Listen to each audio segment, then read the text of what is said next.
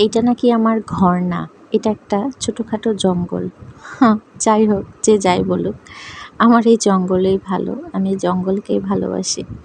আসসালামু আলাইকুম, কেমন আছেন আপনারা সবাই? আশা করছি ভালো আছেন। আমার ঘরের এই ছোট্ট সেলফটা, এটা আমার না, ঠিক আমার শ্বশুরের হাতের তৈরি।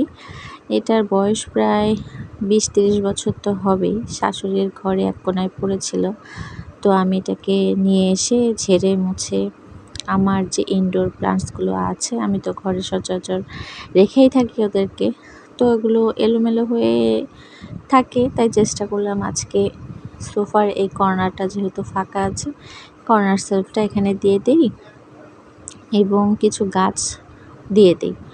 আসলে গাছ ছাড়া ঘর সাজানো আমার কাছে মানে পুরোটাই ইনকমপ্লিট লাগে।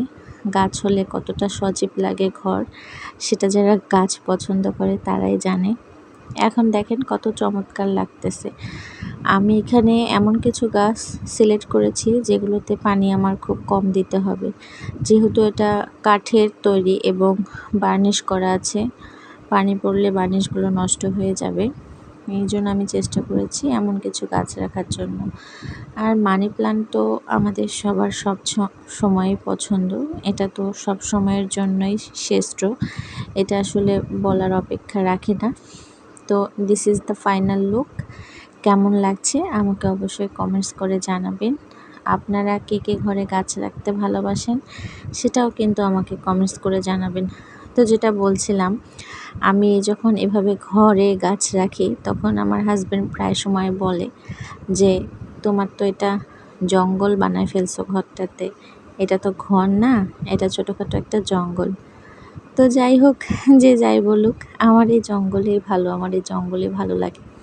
তো আমি চেষ্টা করি আবার একটু কিছুদিন পর পরে গাছগুলো চেঞ্জ করে দেওয়ার জন্য।